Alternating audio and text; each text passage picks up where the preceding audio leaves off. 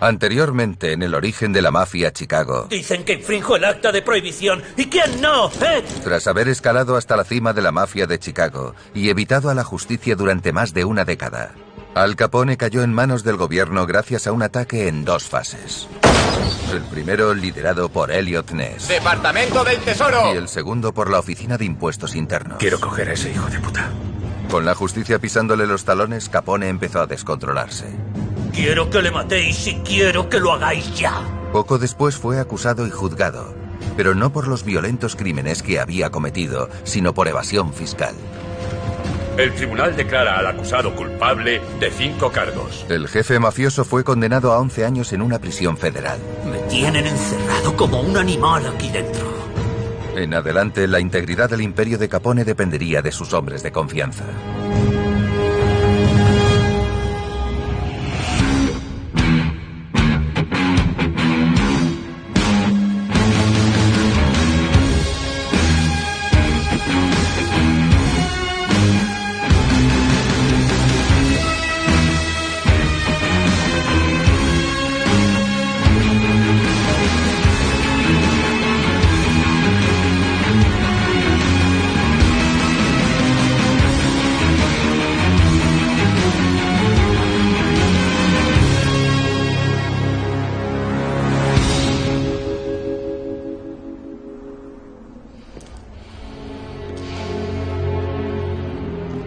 Capone había pasado de ser un niño pobre de Brooklyn a convertirse en el gángster más poderoso del país. Pero en aquellos momentos se encontraba en una cárcel federal.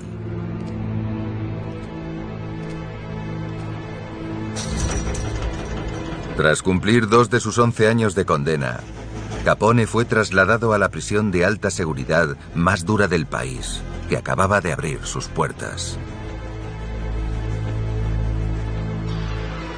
Alcatraz. Cabe preguntarse por qué enviar a alguien que cumple condena por evasión fiscal a Alcatraz.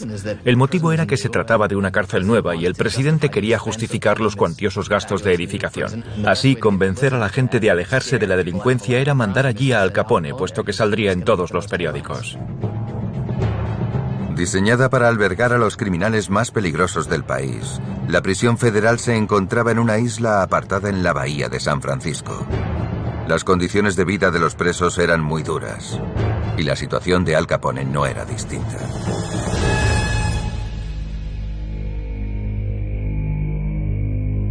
A más de 3.000 kilómetros de allí, en Chicago, el imperio que Capone había dejado atrás debía enfrentarse a un nuevo problema.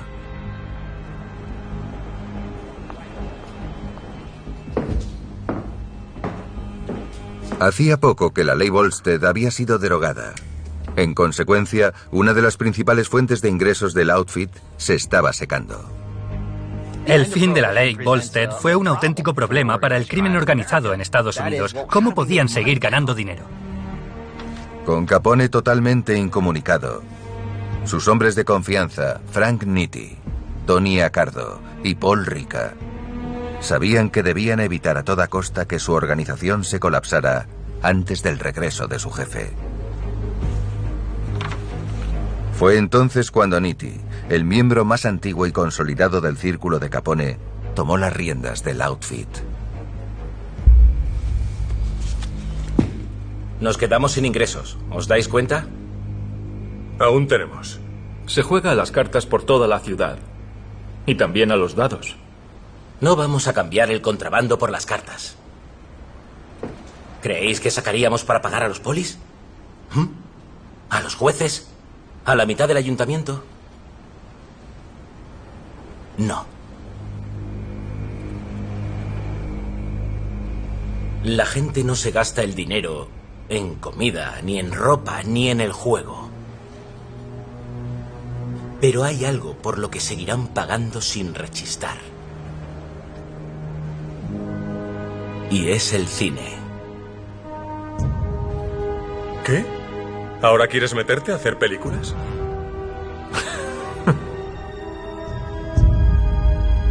No. Quiero secuestrarlas.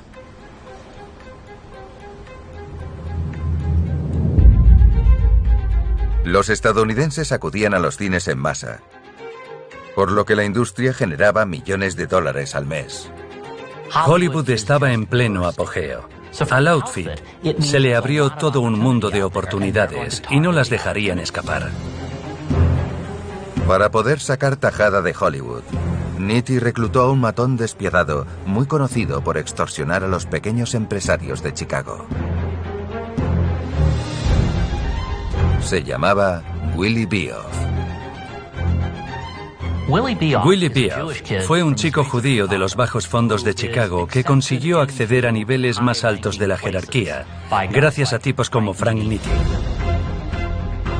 Bioff había extorsionado a varios cines locales, obligando a los proyeccionistas a hacer huelga cada vez que las salas se negaban a darle más dinero. Nitti pretendía usar la misma táctica en Hollywood.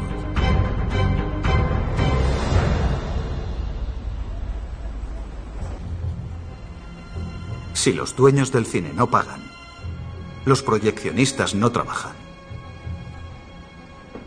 Y sin proyeccionistas no hay película. Nos interesan los estudios. ¿Los estudios? ¿Cuáles? Paramount, Warner Brothers, Fox, todos. Negociarás las condiciones y recogerás los pagos. ¿Crees que puedes hacerlo? Sí, puedo hacerlo. Bien.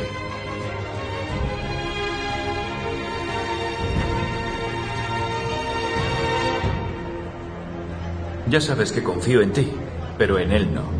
No sé yo. Él conoce el negocio. ¿Qué negocio? El de los sindicatos, el del cine. Sabrá extorsionar, pero no ha estado en Hollywood. Pero es el mismo negocio. En el fondo, es exactamente lo mismo. Ya sabes el efecto que causa en la gente. Los focos, la prensa, tú me entiendes. Lo hará bien. Sabes que si pasa algo será responsabilidad tuya. Ni mía ni de Joe. Pese a que Nitti confiaba en Bioff, Paul Ricca no estaba convencido de enviar a un gángster de poca monta a hacer un trabajo tan importante. Con escasas opciones de mantener su imperio, Ricca y Nitti sabían que el destino de su organización estaba en manos de Willie Bioff.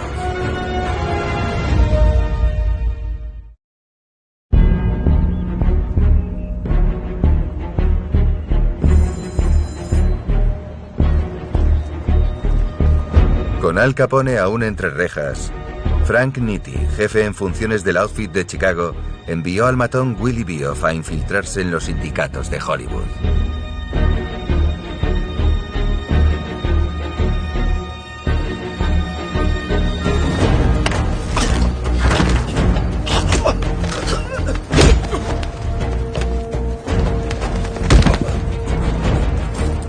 ¿Me buscas a mí?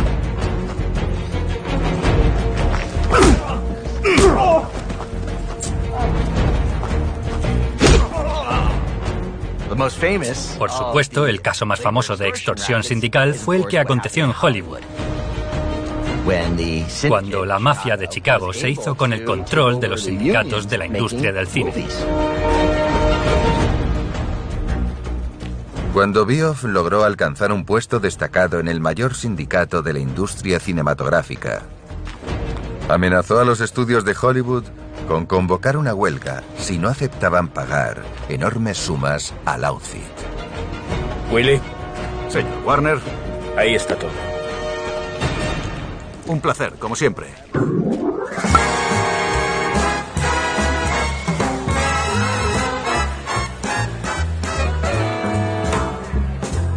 Ganando más de $50,000 con cada extorsión, Bioff empezó a llevar un tren de vida propio de Hollywood. Se compró varios coches de lujo y se hizo una fastuosa mansión. Tenía incluso cuentas de gastos en varios locales frecuentados por famosos.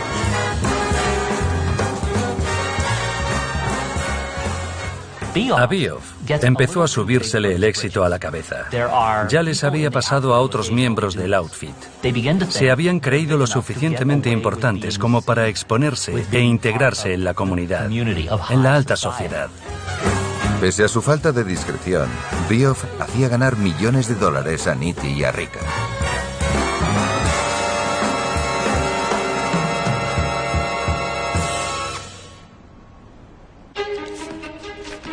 Mientras los jefes del outfit disfrutaban de su éxito, había quien se sentía ninguneado. Durante años, Tony Accardo había trabajado como guardaespaldas y sicario de Al Capone.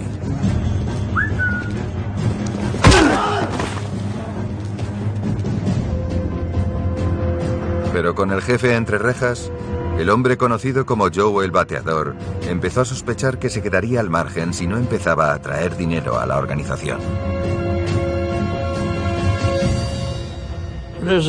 Hay cierta confusión sobre cómo se escalan posiciones en el outfit de Chicago. No se consigue haciendo una muesca en tu revólver cada vez que matas a alguien, sino haciendo que tu banda gane mucho dinero. Mientras Nitti y Rika estaban centrados en Hollywood, Accardo encontró una nueva forma de hacer negocio en Chicago: las máquinas tragaperras. Te lo preguntaré otra vez. ¿Sí o no? Te he dicho que no.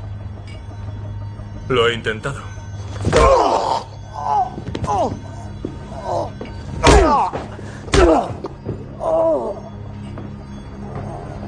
¿Sí o no?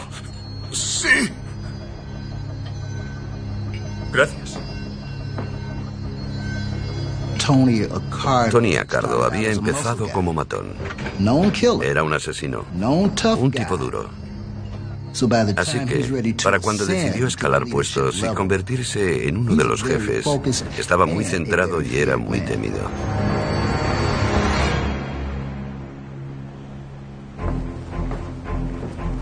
¿Cómo vamos? No pinta mal. Accardo pidió consejo al segundo jefe del outfit, Paul Rika. Accardo y Rika tenían una buena relación desde siempre. Habían pasado mucho juntos. Accardo y Rika expandieron su red de tragaperras por los bares de todo Chicago. Como la partida solo costaba 5 centavos, hasta los trabajadores más humildes podían permitirse jugar. Con cada máquina ganaban más de $20,000 al año. 10.000, 10.000, 100, 5.000. Mucho dinero, ¿eh? A finales de 1939, Accardo ya había demostrado sus dotes para ganar dinero. Con Nitti como jefe en funciones y con Rika como su número 2, el outfit tenía más ingresos que nunca. Salute. Salute. Salute. Los beneficios iban en aumento y los gánsteres estaban a punto de recibir una noticia aún mejor.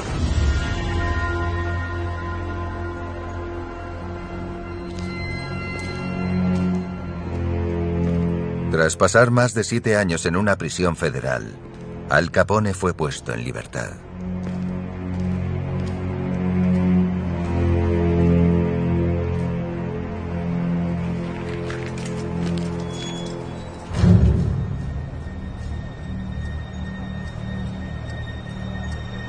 Pero el despiadado mafioso de Chicago no era ni la sombra de lo que había sido. Los años que había pasado frecuentando a prostitutas le habían pasado factura. Estaba consumido por una enfermedad: la sífilis.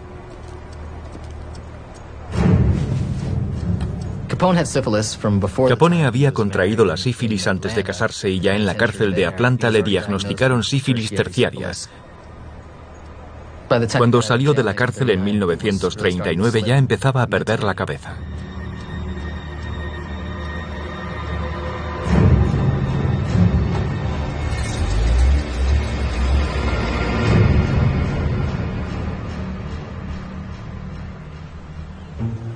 Tras probar diversos tratamientos experimentales, Capone se mudó a su casa de Miami para que su mujer y su familia cuidasen de él. En la época, la sífilis no tenía cura. Las sulfamidas y la penicilina no aparecerían hasta los años 40. Para entonces ya estaba perdido y no podía hacer nada por salvarse. La bruma de la demencia lo había atrapado. Para los hombres fuertes de Capone, perder a quien se lo había enseñado todo fue un golpe devastador. Además, no sospechaban que la situación empeoraría aún más.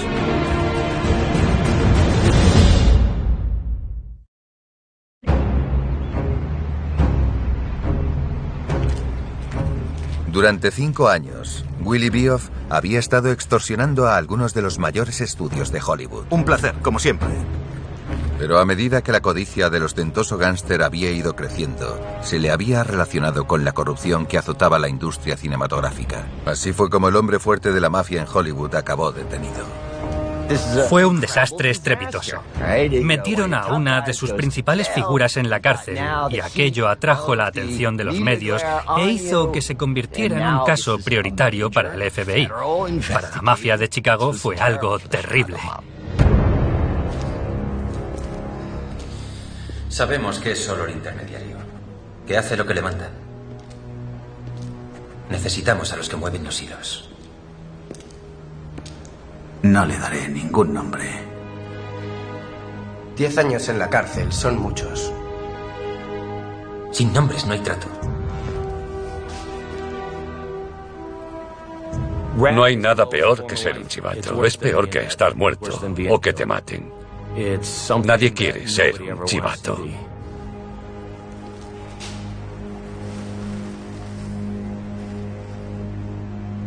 Frank Nitti y Paul Ricca.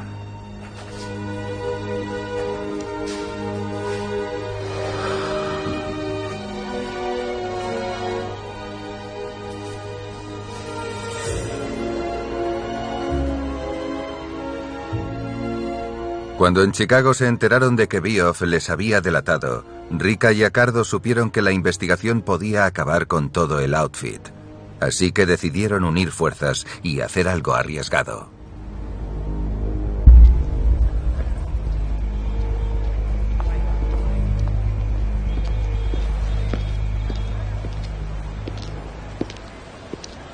¿Queríais hablar?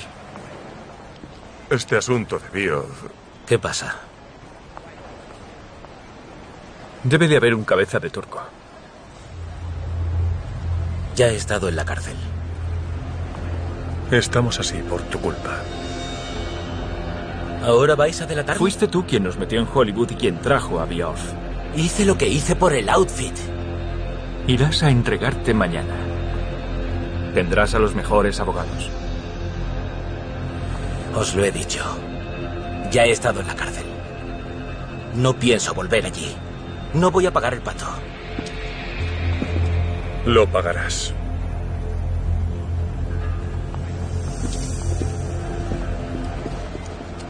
En realidad, Frank Nitti no era un tipo tan duro. No quería volver a la cárcel y se vino abajo.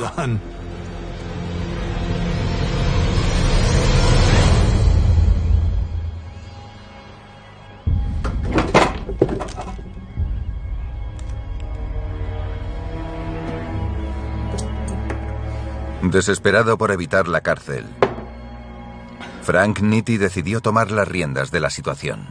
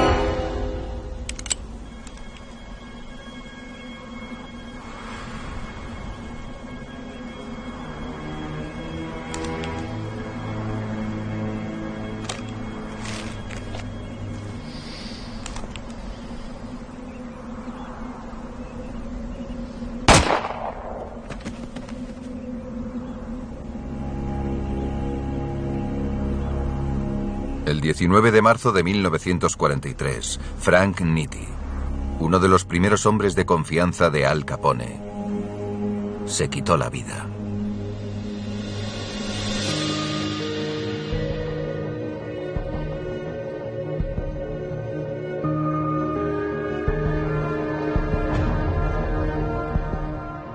Creo que lo que le asustaba no era tanto volver a la cárcel, como la cárcel en sí misma. No le gustaba estar encerrado. Odiaba los espacios tan estrechos. Con el tiempo se había vuelto muy claustrofóbico.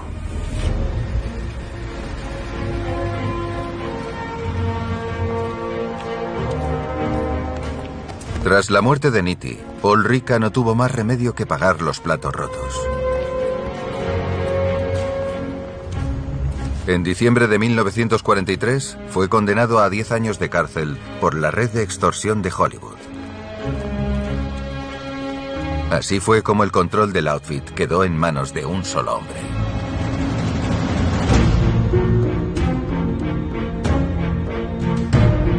Cuando Frank Nitti se suicidó, Paul Ricca era el siguiente en el orden sucesorio. Sin embargo, fue Tony Accardo, un tipo sin apenas estudios, quien tomó el control de la organización en su lugar. Tony Accardo había empezado como matón y había terminado siendo el jefe de la organización criminal más poderosa del país.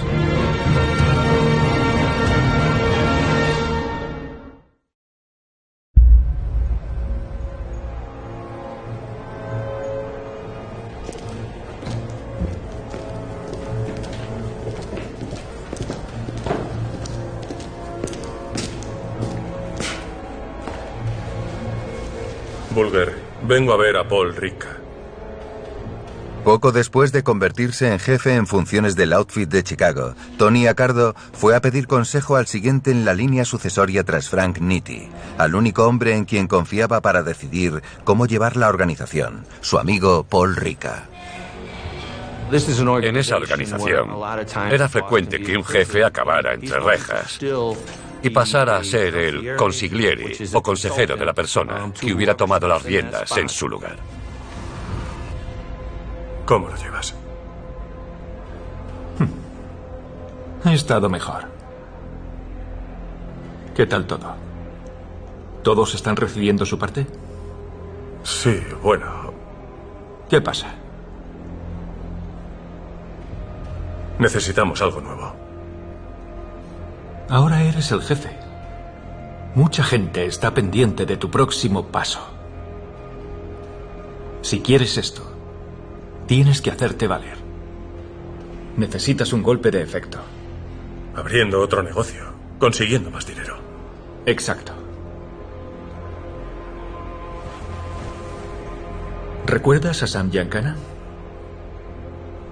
¿Tu antiguo conductor? Sí. Hablamos hace poco. Tiene algunas ideas, cosas que podemos probar. Deberíais reuniros a ver qué tiene que decir. Muy bien. Hablaré con él. Bien. Nacido y criado en el barrio oeste de Chicago, Sam Giancana comenzó su carrera delictiva conduciendo camiones de contrabando. Y pronto se labró una reputación de gángster astuto con buen olfato para los negocios. Sin embargo, su fama de ser imprevisible había sido un obstáculo para escalar puestos en las filas del outfit. Sam Giancana era bastante impredecible. Era un tipo inestable, quizá incluso algo desquiciado. Por eso había escogido el apodo de lunático, que le acompañaría durante años.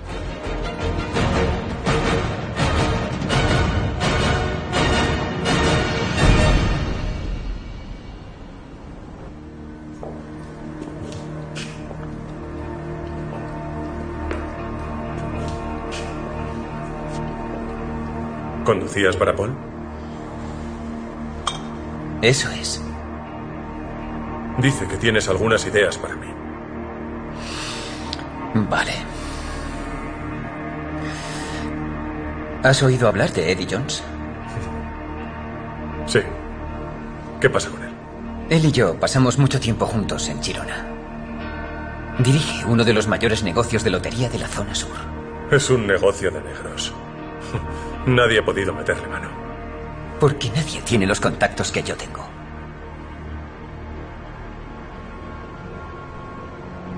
Con ese negocio saca más de 1 millón al año. Y gracias a su bocaza le conozco de arriba a abajo. Sé cómo hacer números, cómo llevar a los vendedores. Y cómo meter la cabeza.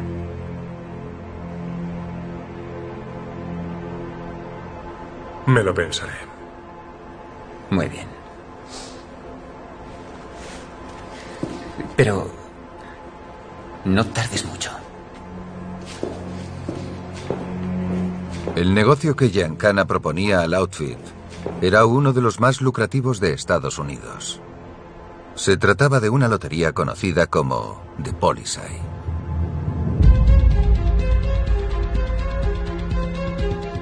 En Chicago, aquel negocio era básicamente una lotería ilegal. Pagabas $1, te daban un número y una vez a la semana se hacía un sorteo en el que podías ganar algo o no. El negocio se dirigía desde la zona sur de Chicago y estaba controlado exclusivamente por afroamericanos. En los años 20 y 30, la lotería generaba hasta $250 millones al año en todo el país. Los beneficios obtenidos solían utilizarse para mejorar los barrios y abrir los primeros negocios legítimos regentados por personas negras. The Policy, la lotería, se hacía por barrios. Cada uno tenía su propia estructura de juego, conocida como el bombo y regentada por gángsteres de la zona. El rey indiscutible del negocio de la lotería ilegal en Chicago era el antiguo compañero de celda de Sam Giancana, Eddie Jones. Ed Jones tenía el negocio de lotería ilegal más próspero del país. Era el rey de los reyes de la lotería. Incluso se llegó a decir que la familia Jones era la familia negra más rica de Estados Unidos. Para demostrarle a Cardo su determinación de escalar puestos en el Outfit, Sam Giancana decidió tomar el control de la lotería ilegal por todos los medios. Sam Giancana era muy astuto, muy taimado, un mentiroso nato. Su único objetivo era labrarse un nombre en la mafia de Chicago. Y estaba dispuesto a hacer cualquier cosa para conseguirlo.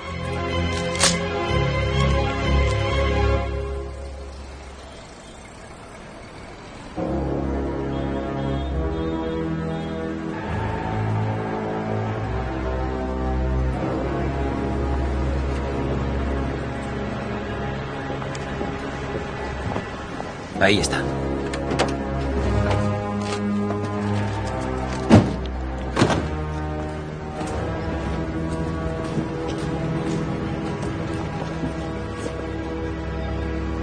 ¿Giancana? Eddie Jones.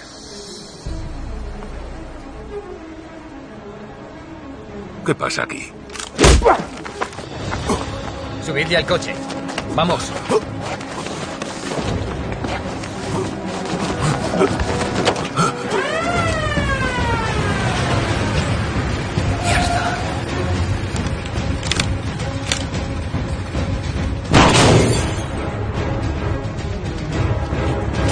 Vámonos. Rápido.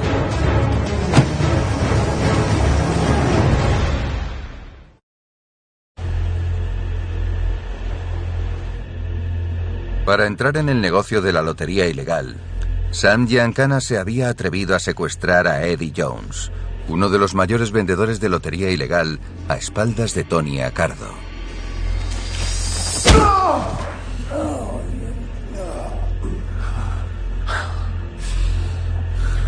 Probemos otra vez. Tus negocios de lotería, tu territorio y el dinero que tengas. Y quizá decida dejarte vivir. Vete a la mierda.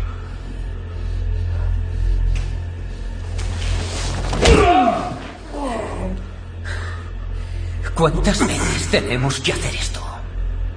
Hagamos un trato. Déjame marchar. Y fingiré que esto no ha pasado.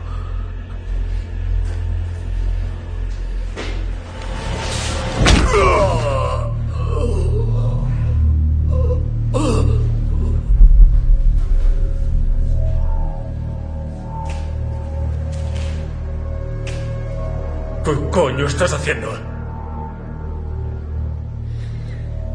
Querías entrar en el negocio, ¿no? ¿Por eso disparaste a la policía? Hice lo necesario. Aquí no se hace nada sin mi aprobación. ¡Nada! ¿Comprendido? Respóndeme cuando te hable.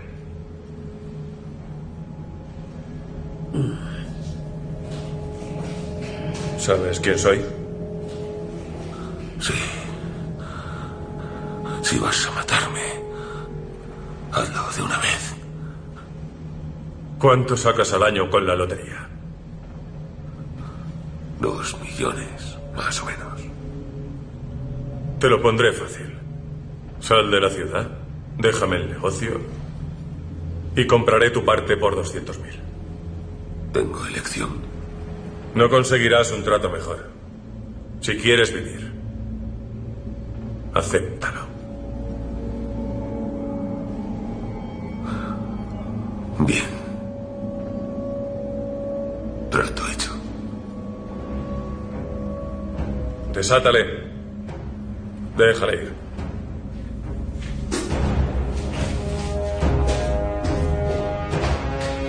A Tony Accardo no le gustaba llamar la atención, así que solía tomar medidas para evitarlo.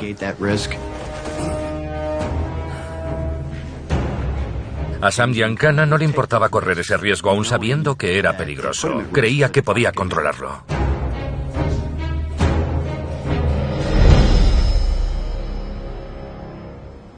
Lo que hiciste fue una estupidez.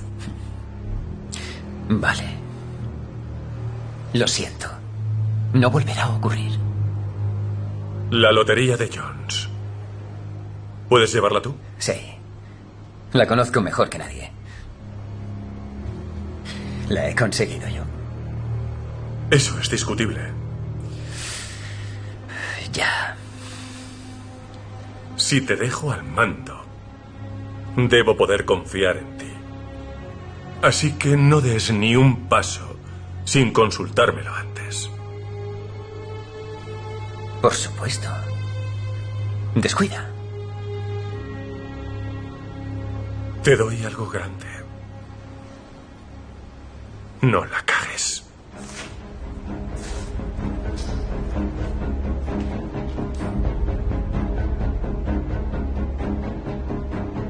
Con el beneplácito de Accardo, Sam Giancana tomó el control del negocio de lotería de Jones. Poco después, decidió ir a por el resto de loterías ilegales de la ciudad. Giancana y Accardo se adueñaron de todo. Cortaron cabezas. Arrasaron locales.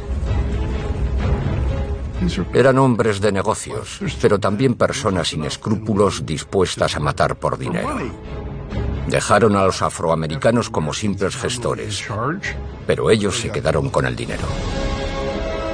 El outfit se había hecho con el control de la lotería ilegal de Chicago, un negocio que en total les daría unos beneficios de más de 150 millones de dólares.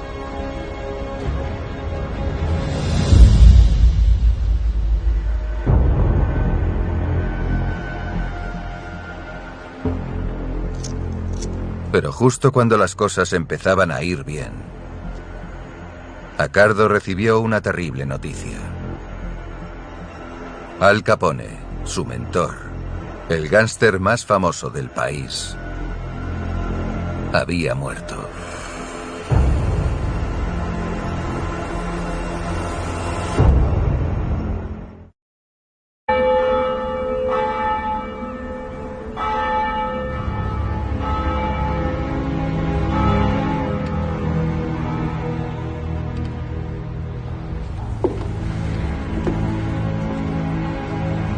El 25 de enero de 1947, Al Capone, antiguo jefe de la mafia de Chicago, murió a la edad de 48 años.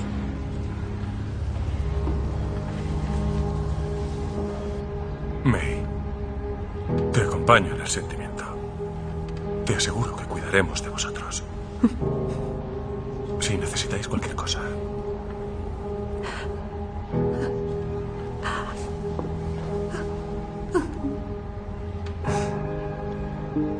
Se cree que Tony Accardo, que había sido sicario y guardaespaldas de Capone antes de convertirse en jefe del outfit, mantuvo a May, la esposa de Capone, hasta su muerte en 1986, como muestra de respeto a uno de los gángsteres más célebres de Estados Unidos.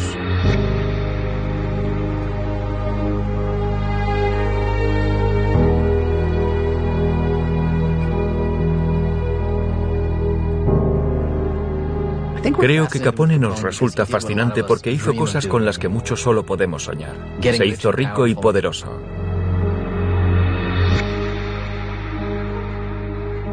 Parecía un hombre normal y corriente. No había heredado su poder de nadie. Ascendió por sus propios méritos e hizo realidad su retorcida versión del sueño americano.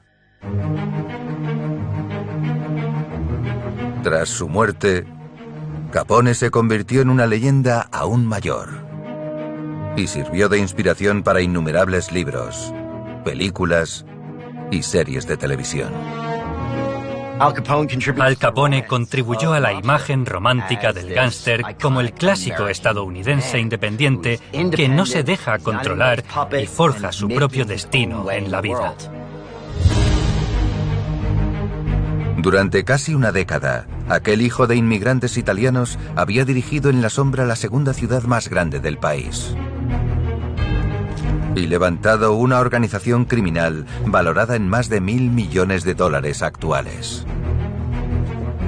Da igual al país del mundo al que vayas. En cuanto digas que eres de Chicago, siempre van a mencionar dos nombres: Michael Jordan y Al Capone. Él fue y siempre será un símbolo de la mafia de Chicago.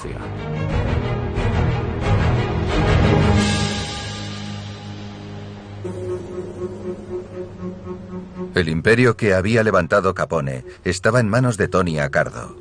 Meses después de la muerte de Capone, otra importante figura del outfit volvió a escena. Se trataba de Paul Ricca, que había salido de la cárcel antes de lo previsto y por fin ocupaba el puesto de jefe del outfit junto con Accardo. Para entonces la mafia ganaba más que nunca gracias a la lotería ilegal. Ricca era muy valioso para la organización, pero el hecho de volver no le garantizaba desplazar automáticamente al hombre que ocupaba la cima. Accardo se quedó como jefe en funciones supervisando el buen funcionamiento de la organización, mientras que Ricca se encargó de la parte estratégica.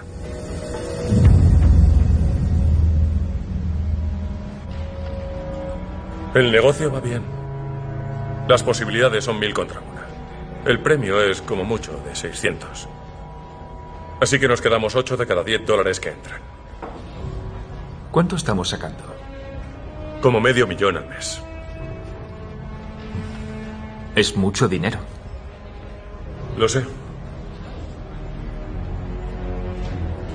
Y está siendo un problema. Es demasiado como para no llamar la atención. Estaba pensando en que podríamos blanquearlo. Sí. ¿Pero dónde?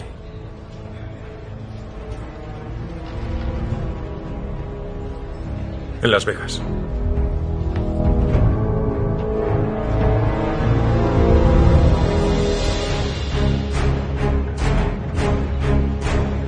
Las Vegas era una ciudad en plena expansión. Allí aún no había reglas. Era el lugar perfecto, porque podían llevarse el dinero que habían ganado ilegalmente por todo el país, incluido el juego, y blanquearlo en los casinos. Solo había un pequeño problema. La mafia de Nueva York ya estaba allí.